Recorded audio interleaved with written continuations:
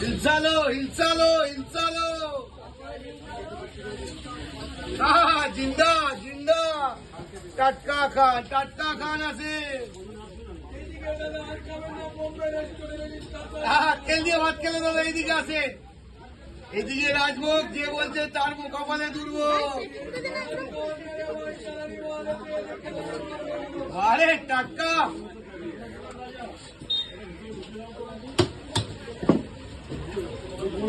কত 1 কিলো 300